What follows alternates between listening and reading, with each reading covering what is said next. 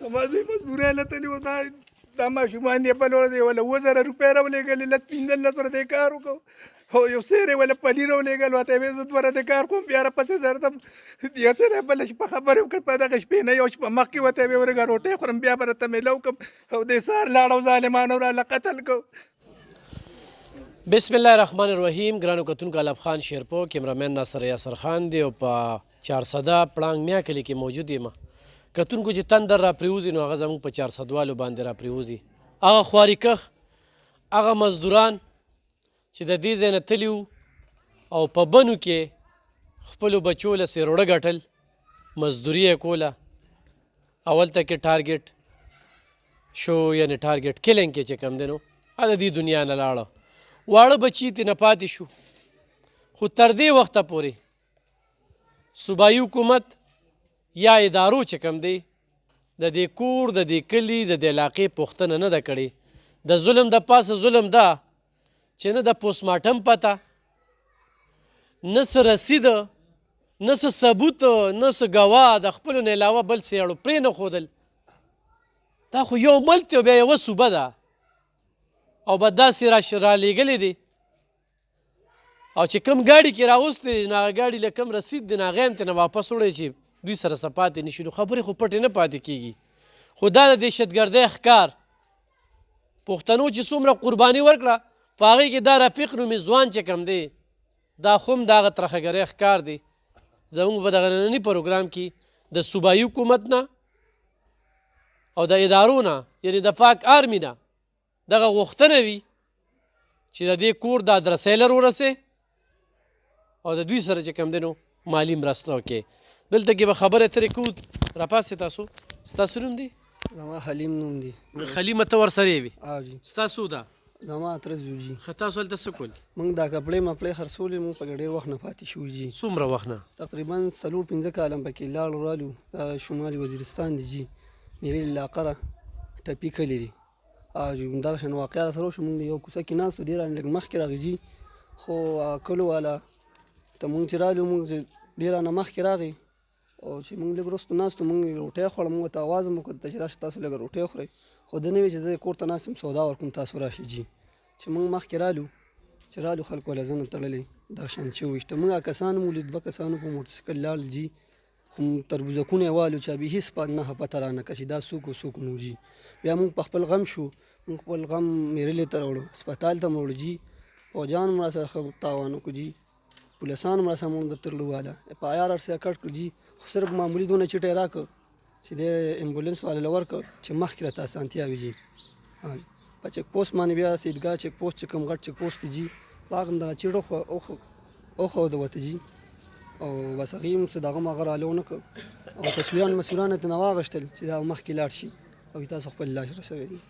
چې لاش هم راورسوه نو هغه چېرته د سره څه شته؟ نه جي، هغه خو دغه له ورکړو، امبولانس باندې له ورکړی، لاس په لاس هغه دغه کړو. موږ له هېڅ هم نه راکړو. موږ نه ګوتې لګولې وې، خو لس واړه ګوتې چا سره جنګ جګړه دښمني یا طرفګني؟ هېڅ هم نه. تر اوسه دا پورې موږ د یوې نه چا سره باتو خبره هم نه کړې، چا ټس پړاق وستې هم نه. خو موږ خپلې مزدورۍ لپاره دغه شو. صحیح. مزدورۍ له تلو چا سره جګړې څه کار ولا او هلته کې په دغه کوڅو کې ګرځي او دغه کوي. سلام علیکم. دیو بجیر من مهربان نوم دی جی. ستاسو؟ مهربان امینګ ته ترور زوی جی. او جی د خپل مزدوري کوله، هسې بیا چا وجلې. او جی ته ورسره وي؟ نه جی نه، امینګ دا تره زامن ورسره جي. تره زامن. او جی. دا والد صاحب دی او د ده سره هم خبرې ترې کوو. مشره ستاسو بچي دي، نوم دې څه دی؟ او زما مرتضی نوم دی جي، 6 مې زامن دي، شکر دی. او دا مې پکې دویم نمبر زوی و. او چا ظالمانو را سره زیاتې وکړو، نه چا سره دښمني او نه دغه راسې بېڅه را لمړ که مزدورۍ پسې تللی و. ظالمانو را سره ظلم وکړو، واړه واړه بچې راته پاتې شول. مزدورۍ له تلي وو، دوی خو هغه ځای ته زور کوي چې کوم ځای کې سودا خرڅېږي او له 100 روپۍ ورته زیاتې میلاوېږي. دی ده خوا تللی دی، نور ملګري هم ورسره وهغې دی خوا او دی مخکې کوڅه کې و او سکوټر پرې راغلی او مخونه یې پټ کړي وو، په مشین یې ویشتې په دا ځای لګېدلی و.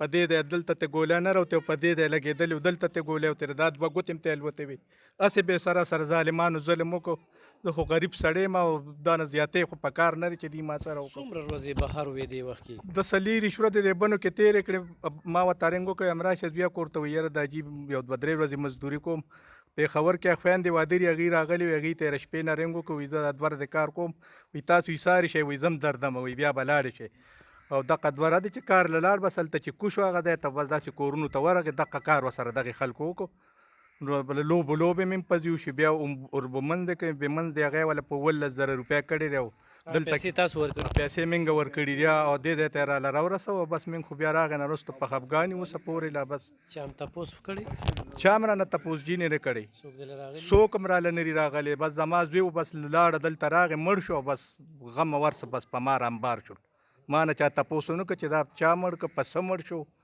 دا خو د وزیرستان ټول خلک خو پېښور اسپتال ته لاړ شه نیم خلک پکې وزیرستاني زه به ځان لیونی کم خو خپل سر نه به ودانګم که نه لاړ به شم مشین به والم وزیرستان والا به له ټول کوتره کم خو ما لرې خدای دغه وس نه راکوي نو دا ما سره ډېر ظلم شوی دی ډېر انتهایي ظلم صحیح خو دې کې د وزیرستان والا څه قصور نشته دا دهشتګردي ده دا ټارګټ کیلنګ چې کوم دی په وزیرستان کې او په دغه سیمه کې ډېر بې ګناه چې کوم دی نو دغه شانتې لاړل او دغه ځای دغه دي موږ سره ملګري دي د دوی رشته دار او سماجي او سیاسي شخصیت دی عادل محمود صاحب صاحب د واقعیت څنګه ګورې سم بسم الله الرحمن الرحیم داسې ده چې تاسو ته څنګه پته راله افغان وروڼه چې په ټوله نړۍ کې خاص کر زموږ پښتون بیلټ کې دې وخت کې د دهشتګردۍ یو ډېر غټ لهر په دویم ځل را شروع شوی دی چې دا سټیټ سپانسر دې ته موږ ټیرریزم وایو ځکه که موږ ګورو چې کله زموږ په دې ریاست کې د داسې دهشتګردۍ خلاف کله هم اواز اوچتېږي نو د ټولو ناول قدغنونه لګي که موږ ګورو په میډیا باندې داسې خبر چلول چې دهشتګردۍ باره کې خبر چلول نو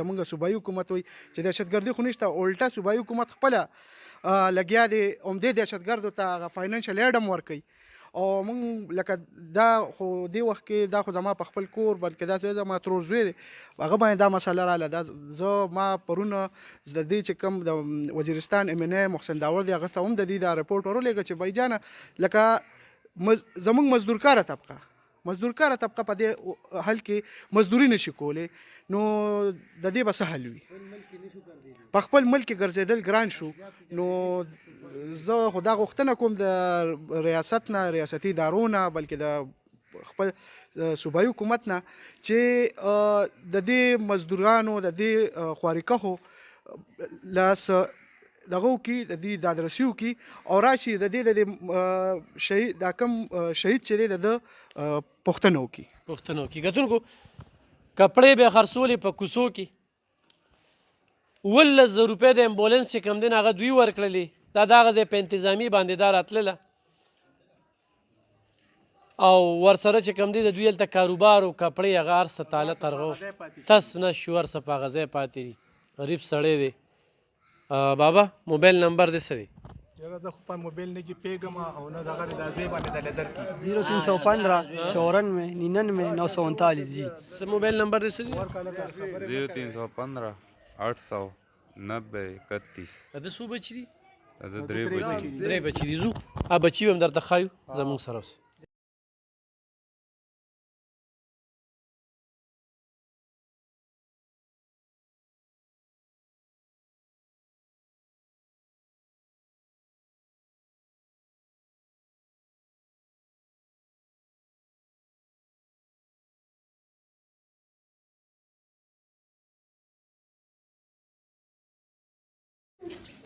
دا وګوره دا سړي خطرې راته پاتې شوې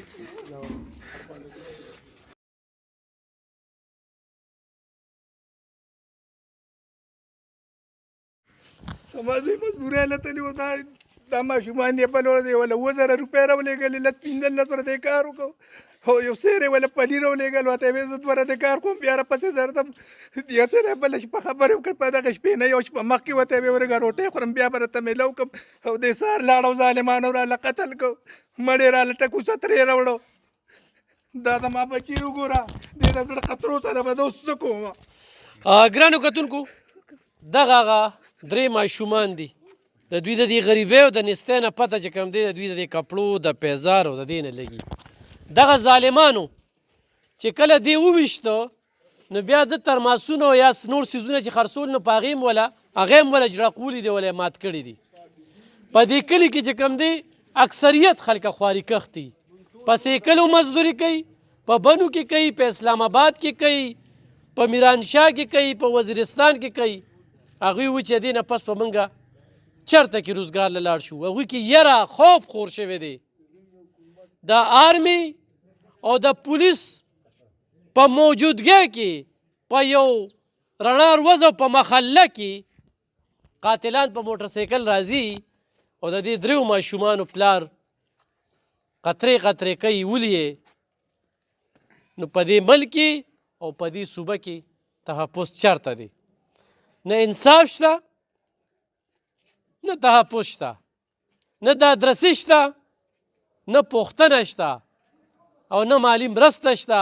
مالي مرسته د هغه چا ده چې هغه میډ یې دغه کې یا په پنجاب کې داسې څه واقعه وشي نو اوس په چې کوم دی نو وزیر اعلی او ټول به راغلو د لکونو روپۍ اعلان به یې کړو مزدورو که نه. سوال به دی چې یار دې مزدوري هلته ولې ته دا هلته څه کول؟ په ړومبني ځل باندې دې میرانشاه ته دغه 4 ورځې دې دغلته تېروي او دغه د مرګ نه مخکې چې کوم دی نو 2000 روپۍ دې له رالېږي. بچي کله زر خبرې شوې وي بیګانه بله شپه بله شپه سره خبرې کړې مونږ ته وي سبق وایه. ما پلار مسافر کار له تلو ظالمان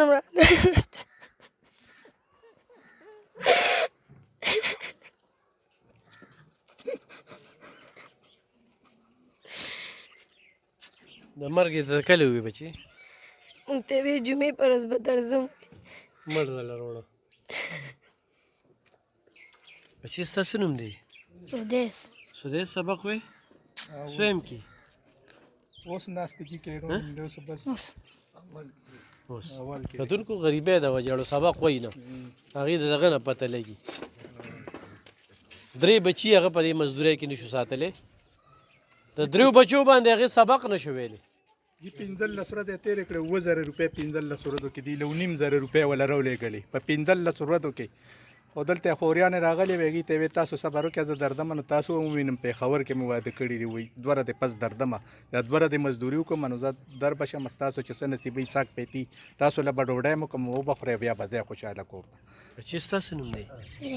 ریحان. پلار یادېږي بچي؟ پرونه ته وایي زما پلار وایي ښخ شو په قبر کې وایي ښخ ما ورته وایي نه زه ستا پلار یم که نه زه ستا پلار یم که نه زما زوی و تاسو زما زامن شوې زه ستا پلار یم که نه. چې تل اخري دې کله لیدلی و بچي؟ څونه ورځې شوي؟ پنځه ورځې څه کم وشوي شپږ څه بیا دلته وړل؟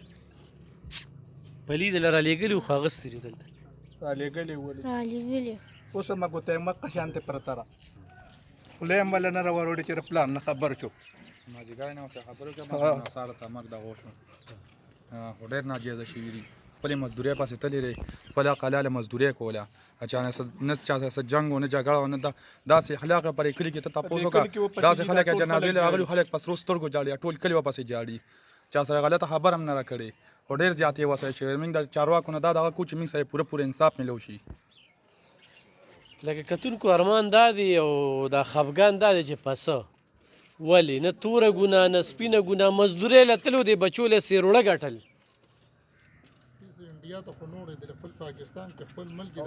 په خپل ملک کې او په خپله صوبه کې برخل شهر ناپرسان دی دا صوبه کې امن نشته دې صوبه کې تحفظ نشته دې صوبه کې پوښتنه نشته دې صوبه کې چې کوم دی وزیران بتې ورکوي دې صوبه کې چې کوم دی وزیران دغې خلکو له ذهنه ورکوي په دې صوبه کې چې کوم دی وزیران او حکومت چې کوم دی دغې خلکو ملاتړ دی کومو خلکو چې د دې 3 ماشومانو پلار وجلی دی خو د ریاست دا ذمواري ده چې د دې 3 ماشومانو ذمواري واخلي د دوی تحفظ وکړي د دوی تعلیم د دوی اخراجات د دوی بنیادي چې څومره ضرورتونه دي دا د دې ریاست ذمواري ده دا د ترهګرۍ ښکار دا 3 ماشومان چې کوم دی دې طرف ته پاملرنه پکار ده اوس هم څه نه دي تللي موږ صوبایي حکومت ته وایو چې راشئ 400 پړانګو ته او دا ستاسو په ټس کې چې کوم دی یو ځوان چې ټول کلي ورپسې خفه دي نن یې 3مه ده هغه په بنو میرانشاه کې چې کوم دی په بېدردۍ سره ووژلی شو وویشتی شو او لاس چې کوم دی نو هغه دې بچو له روړل شو. موږ دا غنو په وزیرستان کې په بنو کې په میرانشاه کې د هغه ځای ځایي خلک هم چې کوم دی ډېر ټارګېټ شو. بابا خبره وکړله خو هغه کلي چې کوم دی هغه خلک چې کوم دي هغه پوره امنه نه دي، محفوظه نه دي، د بدامنۍ ښکار دي. الله دې د هغوی په خال هم رحم وکړي. خو د رفیق پوښتنه هم ته کوو. رفیق زموږ د کلي د چارسدې د دې سیمو خوارکښو انتخایي ظلم شوی دی او د هر سړي په سترګو کې اوښکې دي. کمه اوښکه به د دې املا تیر پې مات شو. د دې پلار دا سپینګیري دا 3 بچي ورته نوسي ورته اوس ور په غاړه شو. الله دې کي نه رور بیا په کار راځي نه نیکه په کار راځي. موږ په دې معاشره کې لیدلی دي د دوی به راتلونکي ژوند څنګه وي خو چې دوی له ترکمې روزګار دغه نه شو. دا نشته بله ورځ مور لګي شي میاره مور او 2 بچې زهر وله ورکي نهارې پې تېرئ چې هغوی چېرته وي پاڼې کتې نو پاڼې به یې خوړې نو خلکو ته یې وایي چې دا لیوني دي. هغه د کلي مشر وایي پاڼې به یې ځکه خوړې چې په هفتو وله روټۍ نه ورکوله. وینې سپینې شوي دي. هغه پلار و بس پې شرمېده لاړ. او د حکومت چې کومه ذمهواري ده په کار چې پوره کړي.